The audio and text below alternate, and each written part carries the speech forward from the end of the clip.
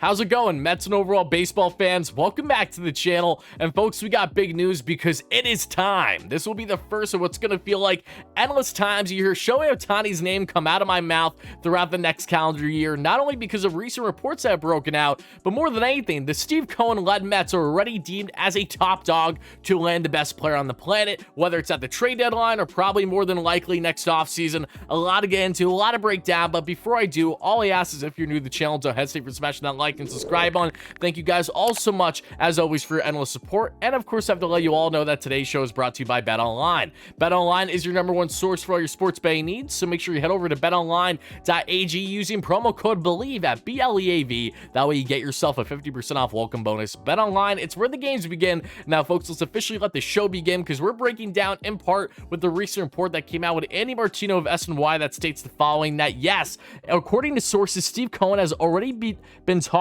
openly to upper-level Mets people about going after Ohtani this winter. So let me see your raw reactions in the comments below. I mean, this shouldn't come as a surprise to anybody, but it's about time that we really start to break down Ohtani and the possibility of him landing in Queens, because it's far more great than I could say the same about a lot of other teams in baseball right now. But basing things on this report in particular, a couple things that stand out is one, Steve Cohen, again, as Martino said here, is already discussing with upper-level management, that means from Billy Epler and everyone else involved, how to land Shohei Ohtani and when can it actually happen. The Mets, Steve Cohen, they're all in on Ohtani. We've known this for a couple months now. It's just being reaffirmed here through SNY. And now that Artie Moreno, the current owner, the majority owner for the LA Angels, is not selling the team after it looked like he was going to have the team on the open market for a while, he has since reversed that. And because of that reason, that's going to further amplify the possibility of Ohtani making sure that he does not return to the Angels, that he's either going to be traded at the trade deadline this upcoming season, or at absolute worst, more than likely going to hit the free agent market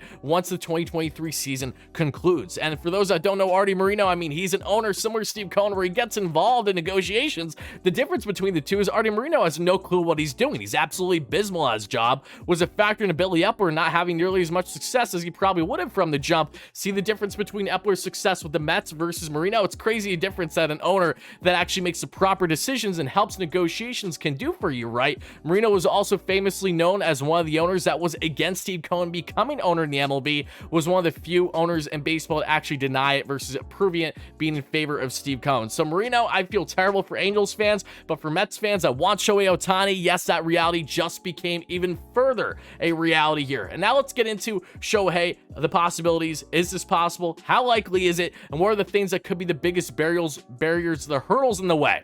Okay, we all know who the guy is. You see the stat line down below. He's literally Shohei Ohtani, the best player on the planet, the unicorn. I don't need to harp on much. 30+ home runs, 10 stolen bags. Even though we got caught half the time, it doesn't matter. Just the fact that this guy, who's in a class of his own as a player, is even stealing on average 10 bags a year is amazing. Right around a 900 OPS career average. He's just an absolute stud. 30 home runs, north of 100 RBIs. And yeah, pitching wise, he's also an ace too. Over 160 innings this past year, or just over a 2-year rate. 11+ K per nine with a 2.5 walks per nine. He is a stud in every facet of his game. He is an anomaly of a player. He's a unicorn. This is our generation's Babe Ruth times a million. That is how good Shohei Ohtani is. He has been the best player in the game year in and year out for a couple years now, and that isn't stopping anytime soon. When there's no other guy on the planet that can do what Ohtani does, that is what makes him so enticing. He's going to be a guaranteed between a $450 to a $500 million man once he hits the free agent market on a long-term deal wherever he's going to go, right? So now let's get into the Mets.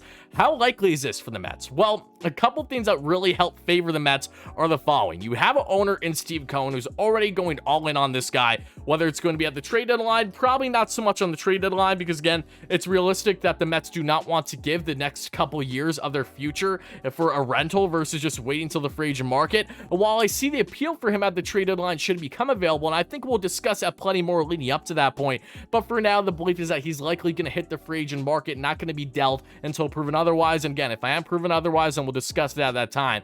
But he's going to hit the free agent market, and Steve Cohen is, again, the best owner in baseball in so many ways when it comes to utilizing his money. He spent almost double the amount of money as the next closest owner in baseball since becoming owner. Putting the crazy situation aside, he's guaranteed $1.3 billion in contracts since becoming owner. The next closest owner Steinbrenner has been the Yankees, and Steinbrenner just over $800 million. So Cohen, money has not stopped, and this guy impulsively tried to get Carlos Correa this offseason, and the only reason why he didn't spend $300+ million on him, the only reason why he didn't get him was because of that medical and how that looked, and that's telling of Correa looking from he's getting a guaranteed $350 million to getting $200 million, and then potential of $270 million with the Twins. So a lot changed for good reason. Again, we all know how much Cohen wanted Correa, but now that the Mets didn't get Correa, that adds more fuel to fire as to why they're going to look like a top dog here for Shohei Ohtani. Add in the fact that they landed Kodai Senga, that's going to help build the diversity in the market. I mean, Flushing, Queens, the biggest borough, the best borough in all of New York when it comes to having Asian descent. That's going to help the diversity there.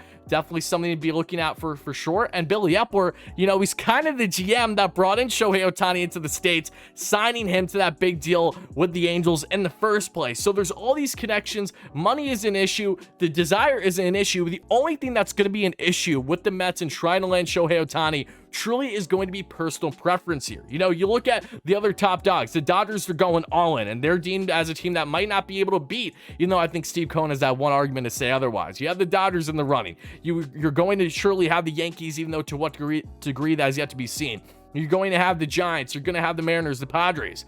The biggest thing is that destination. I mean, Ohtani, when he signed in the MLB, didn't even have any teams in his like top 8 list. He didn't have any East Coast teams for a reason. Wanted to be out West. That's the case with a lot of Japanese players coming from overseas for obvious reasons.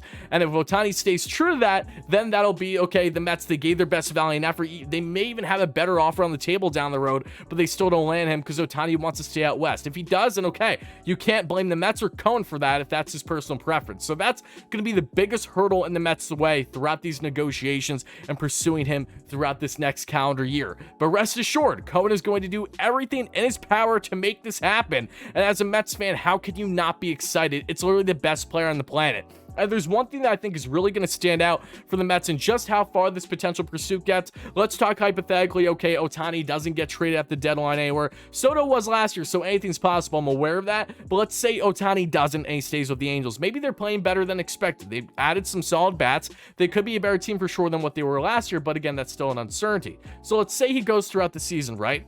If the Mets have another short run of things in the playoffs this year, not that I wish it, I hope it's the opposite.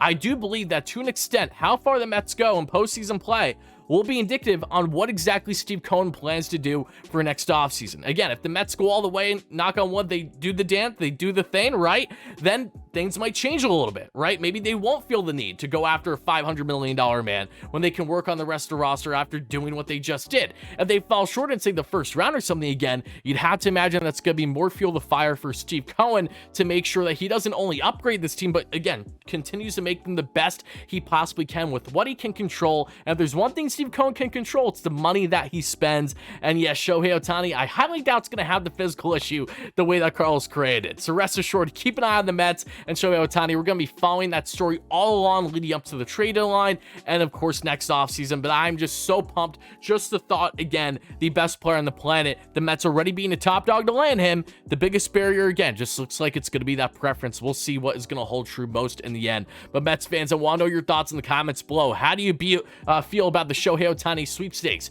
Do you think the Mets are going to land Shohei Ohtani? Do you think they're a favorite? And when do you think Ohtani is going to be away from the Angels? Do you think he's going to be dealt at the trade deadline, or do you think he will part ways once he hits the free agent market? Whatever your thoughts are, make sure to drop them down below. And again, Mets fans, thank you all so much for your support. Stay tuned. We have more big content and big giveaway for our jersey giveaway that's been pushed way too long because of the crazy sweepstakes. We're going to be doing that probably next week. At this rate, my apologies in advance, but we will be doing a big giveaway in the stream sometime next week for either Justin Verlander or a Kodai Senga jersey. So make sure you stay tuned for that. I'll announce it on the community tab, a lot of that fun stuff. You just got to make sure you're subscribed and taking part in that live stream as it's happening to have a chance at winning the jersey. But again, guys, thank you all so much for the support. I'll talk to you again real soon. Let's go Mets, baby. Peace out.